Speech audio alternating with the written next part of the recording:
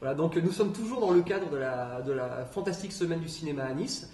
Et donc ce soir, nous recevons donc c'est Vincent et Fred, les réalisateurs de la série documentaire Blast from the 80s, que justement je vous laisse présenter. Remonter le temps avec Blast from the 80s. Donc, ce documentaire tracera en fait sur les lieux de tournage, des interviews avec les fans, les réalisateurs, les personnes qui ont travaillé sur les effets spéciaux. Et donc on espère faire apprendre un maximum de choses au public. Plus sur le projet, donc vous vous rendez sur les lieux même donc des tournages. pour Il y a beaucoup de studios, comme on nous a déjà dit, mais après il y a pas mal de lieux réels, comme par exemple prendre Beetlejuice, les Goonies, où c'est des vrais villages ou des vraies villes. Et je pense que c'est important de montrer un petit peu l'évolution, comme la caserne de Ghostbusters, ou d'autres lieux comme ça qui sont cultes pour la plupart des gens qui aiment ces films. On va aussi filmer les objets de tournage, donc on appelle ça les props, pour montrer aussi comment ils se sont détériorés après toutes ces années. D'accord. Et sinon, qu'est-ce que vous pouvez en dire de plus?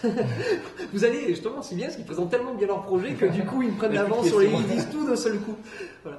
Donc nous avons le technicien qui nous dit la genèse. Donc voilà, d'où vient le projet, voilà, d'où vient comment vous êtes rencontrés et comment le projet a commencé. C'était sur un forum en 2009. Merci technicien. Voilà. C'était sur un forum en 2009, 2008. un forum de 2008. Ouais, 2008. Bon, j'ai cru. Et voilà, je passe pour un con.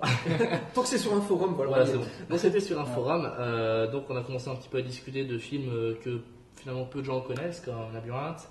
Et puis d'autres films des années 80 comme Big ou autres qui sont connus pour nous, mais que pour toute une génération, il y en a qui sont passés à côté et autres. Donc on discutait de ça, on a tout de suite accroché un peu sur la même passion, puis on a décidé pourquoi on ne se ferait pas un voyage aux États-Unis par rapport à ça. Donc on pensait directement aux Goonies en fait. Il y a eu une convention au mois de juin 2010 où il y avait les acteurs, une partie des acteurs qui étaient présents pour les 25 ans. Il y avait également le réalisateur et on s'est dit on va aller là-bas et vu qu'on est sur place aux États-Unis, on va en profiter pour filmer des lieux de tournage. Donc à New York. C'est comme ça que l'idée est venue de faire une série de documentaires sur tous ces films. Voilà. Parce qu'on a eu des déceptions sur les lieux. Personnellement, j'en ai pas eu. Si. Ouais, c'est une déception aussi. Moi, j'en ai eu une pas mal. Bon, c'est minime, mais par rapport à Beetlejuice, je suis un très très grand fan de ce film et j'étais très déçu de voir que la maison n'existe pas, que c'est une façade. Et j'étais vraiment vraiment dégoûté parce que je rêvais de voir cette maison, à quoi elle ressemble et tout. J'aurais voulu la visiter comme la maison des Goonies, on a pu dormir dedans. Voilà. Et on rêvait de faire ça et on n'a pas pu le faire. Pareil pour le magasin où travaille le héros de Beetlejuice en fait. Il est complètement pas détruit, mais tout en restauration. Ouais. Il n'y a plus grand chose quoi. Il y a des objets en fait qu'on pensait qui existaient, qui n'existent pas, et ainsi de suite quoi. Enfin, quels sont les films que vous êtes en train de suivre, vous êtes en train de documentaire? Pour l'épisode pilote, on pense faire Goonies. Et quels sont les autres films que vous suivez les traces, que vous voulez faire découvrir? Moi, étant donné que je suis un gros fan de SOS Fantôme, c'est SOS Fantôme.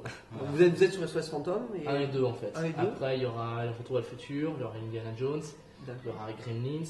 On va faire aussi Explorers, un petit film de Joe Dante qui n'est pas très connu. Du tout, c'est effectivement. Je connais très bien le film. Parce que la musique de Jerry Goldsmith est très sympa. Ouais. Le film est très sympa aussi, très magique, sauf la partie où ils sont dans l'espace. Pour moi, le film s'arrête là. Mais bon. Je confirme ça. Ouais. Même, j'adore les SF, mais à partir de ce moment-là, c'est très. Ouais, ça part un peu en cacahuète. Et même la musique d'ailleurs. On va parler de quoi encore de Labyrinthe. Puis d'autres films en fait. En fait, pour le moment, on n'a pas encore de producteur. On en a peut-être quelques-uns en piste, mais il n'y a rien de certain, on n'a rien validé avec personne. Donc si quelqu'un nous écoute... Voilà, donc le festival est là aussi pour ça. Donc, voilà. Pour faire découvrir les gens qui ont des projets, qui cherchent à lancer leur projet. Voilà. Et donc on n'a rien validé. Donc tout ce qu'on dit là maintenant c'est purement théorique. Un site où on peut vous suivre. Autant que je sais donc tu tiens un site pour les Goonies. Oui, c'est goonies1632.com qui va réouvrir normalement courant décembre ou janvier. Vous trouverez des interviews, vous trouverez pas mal d'images, vous trouverez beaucoup de choses en tant que fan des Goonies. Et pour suivre l'actualité c'est blastfromthe80s.com. Et c'était vraiment un très grand plaisir de vous recevoir. Merci beaucoup. Bon à la prochaine. À la prochaine.